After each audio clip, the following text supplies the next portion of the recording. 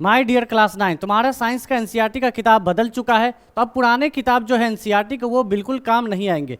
तो जो भी बच्चा अभी तक किताब नहीं खरीदा है तो वो ध्यान से जाकर दुकान में लेना, प्रिंट डेट देख लेना, और अभी जो जो चैप्टर्स मैं बताऊंगा उन चैप्टर्स को मिला लेना, तभी मानना कि वो नया किताब है, नहीं तो पुराना किताब ही खरीद के चले आना, बहुत पछताओगे, दिक्कत करेगा, क्योंकि चैप्टर्स काफ़ी बदल चुके हैं, टॉपिक्स में काफ़ी चेंज है, यहाँ तक कि इस बार एग्जाम जो आएगा उसमें भी काफ़ी क्वेश्चन चेंज आएगा।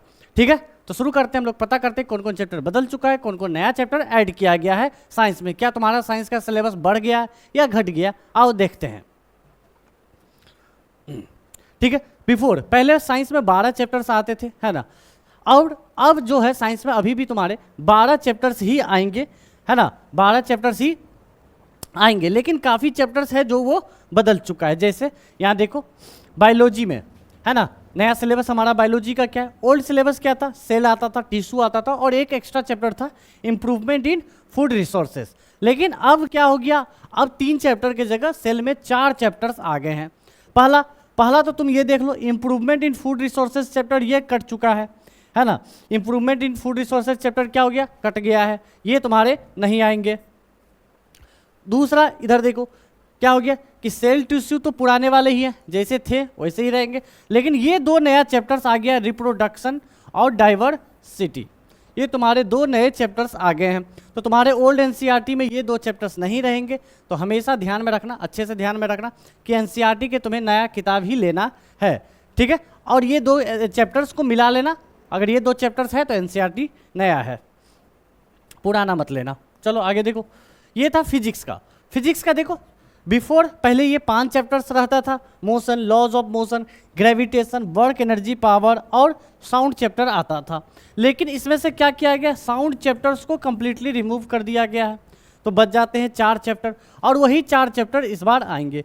इसके टॉपिक्स में कोई बदलाव नहीं, जैसे 4 चैप्टर्स पहले थे अभी भी 4 चैप्टर्स ही आएंगे। तो हमने देखा क्या हुआ, यहाँ पर बायोलॉजी में 2 चैप्टर्स बढ़ गया, 1 चैप्टर कट गया, है ना। यहाँ क्या हो गया, 5 चैप्टर था फिजिक्स में, 1 चैप्टर को हटा दिया गया, यानी कि देखें तो यहाँ फिजिक्स में सिलेबस को थोड़ा कम किया गया, बायोलॉजी में सिलेबस को क्या किया गया, बढ़ाया गया है। ठीक है, केमिस्ट्री का देखो, बिफोर पहले 4 चैप्टर्स आते थे, ओल्ड सिलेबस के अकॉर्डिंग क्या था, matter in our surrounding, is matter around us pure, structure of atom और एटम एंड मॉलिक्यूल्स, ये 4 चैप्टर्स आते थे। लेकिन अब क्या किया गया है, इनमें से 1 चैप्टर्स को हटा दिया गया है, ये वाला मैटर इन आवर सराउंडिंग्स को कंप्लीटली हटा दिया गया है, और is matter around us pure, इस चैप्टर का बस नाम बदल दिया गया है, बाकी चैप्टर्स के अंदर वही सब चीज़ पढ़ेंगे हम लोग। Is matter around us pure ही ये चैप्टर है, जिसका नाम अब क्या रख दिया गया है, exploring mixture and their separation. ठीक है, बस चैप्टर का नाम बदला है। दूसरा, बाकी ये दोनों चैप्टर सेम है, structure of atom and atom and molecules, but किया क्या गया, 10th के कुछ टॉपिक्स को उठा के इस चैप्टर्स में ऐड किया गया है। यानी कि देखें तो साइंस में, केमिस्ट्री में 1 चैप्टर कम किया गया, बदले में बाकी 2 चैप्टर्स में टॉपिक्स बढ़ाया गया। स्ट्रक्चर ऑफ एटम में एक नया टॉपिक आयुपेक नेम, जो हम 10th में पढ़ने वाले थे, वो अब 9th में ही पढ़ना पड़ेगा। उसी तरह एटम एंड मॉलिक्यूल्स में क्या किया गया, इसमें भी ionic compound and covalent compound को ऐड किया गया, जो ये क्लास 10th का है। ठीक है, ये 2 टॉपिक्स इन दोनों चैप्टर्स में बढ़ाए गए हैं। ठीक है, आगे तो ये रहा फिजिक्स, केमिस्ट्री, बायोलॉजी। और ये देखो लास्ट में क्या देखो, एक और चैप्टर्स को ऐड किया गया है, एक और चैप्टर्स को, यानी कि जिसका चैप्टर्स का नाम है अर्थ एज अ सिस्टम, जिसमें हम लोग पढ़ेंगे एनर्जी के बारे में, मैटर्स के बारे में, लाइफ के बारे में। ये बिल्कुल एक नया चैप्टर है, इसको ना हम लोग फिजिक्स में कंसीडर करेंगे, ना इसको बायो में कंसीडर करेंगे, और ना ही केमिस्ट्री में। ये मिक्सचर है, मिक्सचर ऑफ ऑल 3 सब्जेक्ट्स है ना। इसके अंदर टॉपिक्स जो कवर होगा वो अर्थ के बारे में होगा, थोड़ा सा सोलर एनर्जी के बारे में होगा, लाइट के बारे में होगा, जो 10th का पार्ट था, लाइट और इलेक्ट्रोमैग्नेटिक स्पेक्ट्रम, है ना।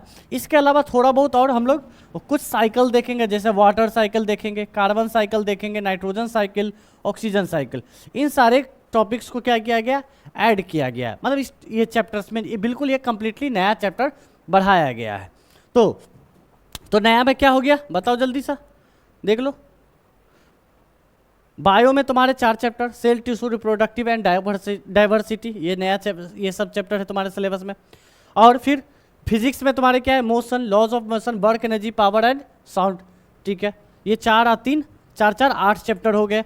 और तुम्हारे ये केमिस्ट्री में देखो 1 चैप्टर 2 चैप्टर और ये रहा 3 चैप्टर एटम एंड मॉलिक्यूल्स, तो 8 और 3 11 चैप्टर। और ये लास्ट में जो मिक्सचर है फिजिक्स केमिस्ट्री मैथ का एक नया चैप्टर, ठीक है।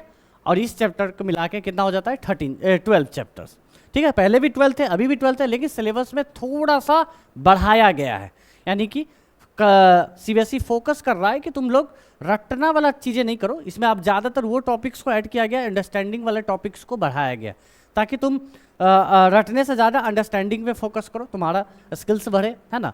और इसी अकॉर्डिंग इस बार एग्जाम होगा, तो नया वाला एनसीईआरटी बुक खरीद लेना और इन चैप्टर्स को स्क्रीनशॉट लेके रख लो, उस नया एनसीईआरटी की किताब में मिला भी लेना और तुमको पता चल जाएगा। चलो, thank you, tata, bye bye.